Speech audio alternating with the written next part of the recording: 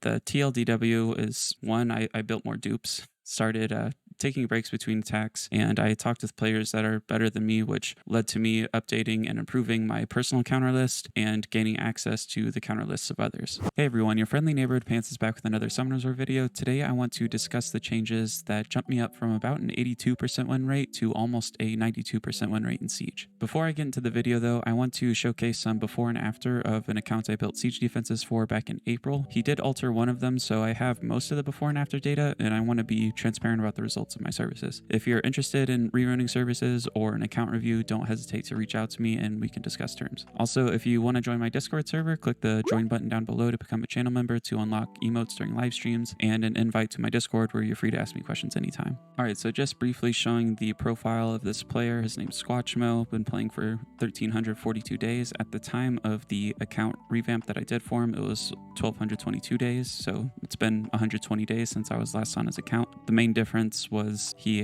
now has 1 star in TOA Hell and has a G2 guild finish instead of G1. He did tell me that they finished 1 point off of G2 for Siege this season, unfortunately, but overall he said his opposition was more difficult than past seasons. So he's saying past seasons he was ranked 1,000 to 300, whereas now he has been doing rank like 100 to 200. They got as high as 68 at one point this season, so he had more difficult opponents in his own words. As far as results go, right away you might notice the totals. The total percentage is genuinely roughly about the same. His before and after going from 49.3% win rate to a 49.5% win rate is basically negligible in difference.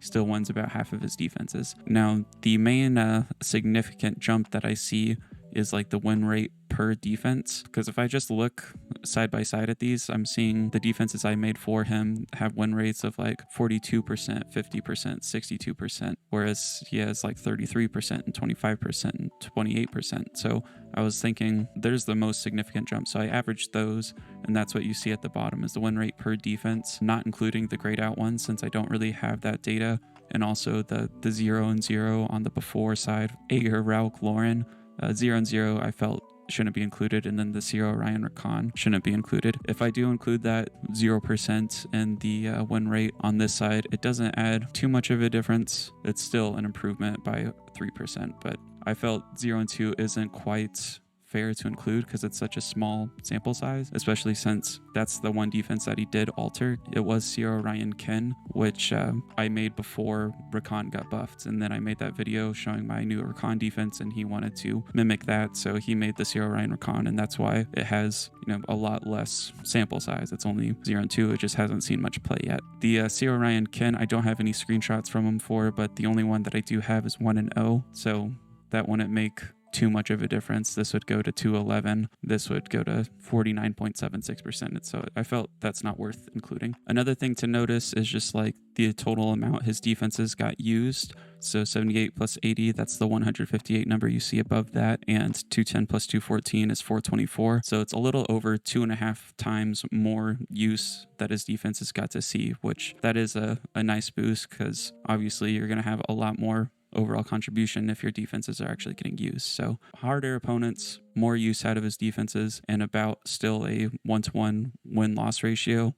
I'd like to argue is an overall improvement. Also the win rate per defense, but certainly I'd like to see it better. And, you know, these results are going to vary person to person. If your defenses are just abhorrent and then I go in and improve them, you could see a much bigger jump. Similarly, if your defenses are already pretty good like this guy's was, then you probably aren't going to see too significant of a jump. So yeah, I just want to be transparent about results of at least one of my account revamps. I haven't done too many on video. I have done some more account reviews, and at least people have enjoyed the results from that as far as they can tell. Just me giving people like a to-do list of, if I was in your shoes, this is what I would be focusing on. If you want me to do one of those, feel free to reach out. If you don't have the means of paying for one, then go watch my video on how to make that to-do list on your own. The main reason I made that 2-part video series was to try and help people that want that service but want to stay free to play, don't want to pay for it, which I totally get. Just watch those videos and hopefully they help you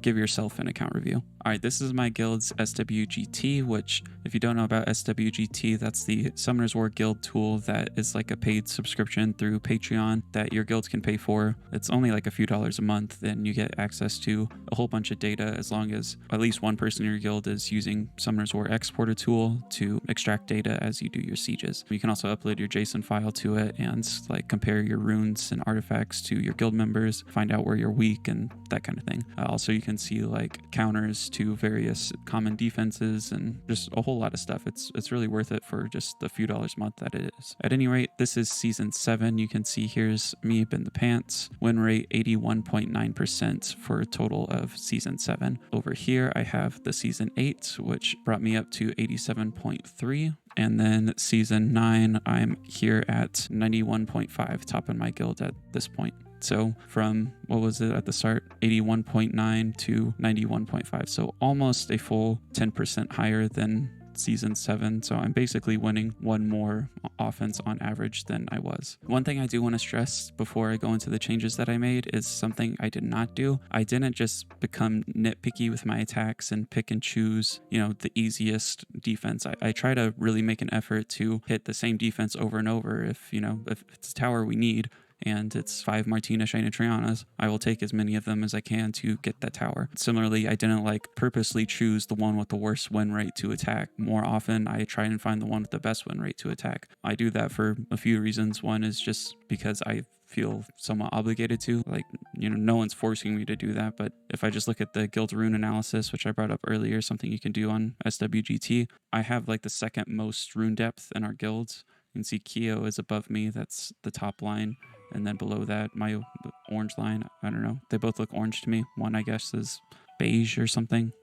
I don't know. The thing is, I'm significantly higher than the guild average. So if I'm performing average, then that looks bad on me. I feel like if I have the higher depth and just more dupes and all that kind of thing that I have that should make a good siege player, then I should be performing better than the rest of my guild. So that's just me. So what are the changes I actually made? The TLDW is one, I built more dupes, started taking breaks between attacks, and I talked with players that are better than me, which led to me updating and improving my personal counter list and gaining access to the counter lists of others. So the most obvious one is building dupes and reusing the same set on them. I've stressed dupes time and time again, but just to drive it home, when I see counter lists from people, they often don't have a ton of variety, and the more variety of counters I do see, the more monsters I don't own tend to come up. Particularly strong offensive LDs like Ileana, Molly, Huadam, and the Light Chun-Li, which I do own one of her, and she can beat nearly any defense out there. But the thing is, you can only use her once if you only have one. And that's another thing I notice and want to point out is that there's a massive amount of overlap between counters in these lists. For example, Galleon Tiana X, usually Qianpeng or Poseidon, Tian Lucian or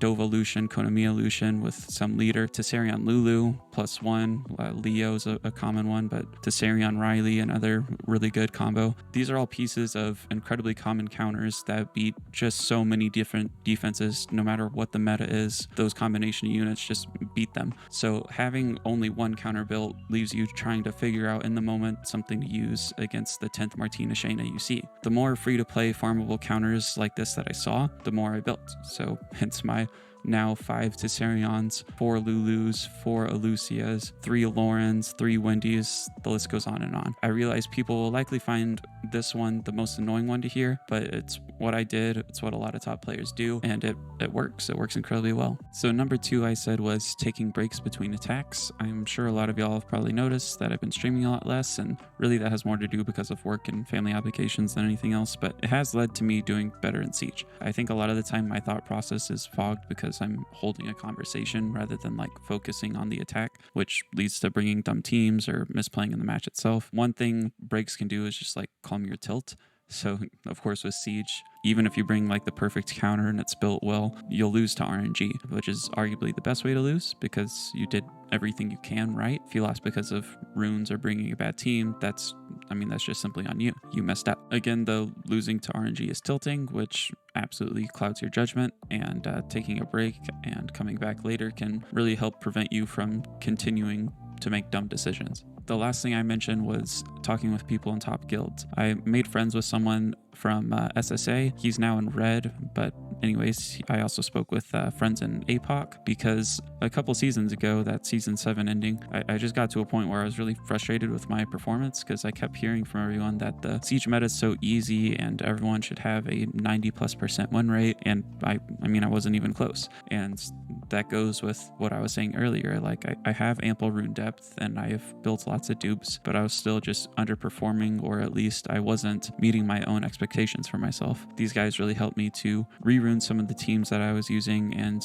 changing my overall attitude, and ever since I've improved significantly. So I want to say thank you to those guys. I really appreciate y'all's help, and hopefully next season, I continue to improve and get up to like a 95% win rate. Anyways, that's all for this video. If you like it, please leave a like, and if you want to join my Discord server, again, just click the join button down below. I really appreciate y'all's support. Y'all have a good day, and I'll see you in the next video. Bye, everyone.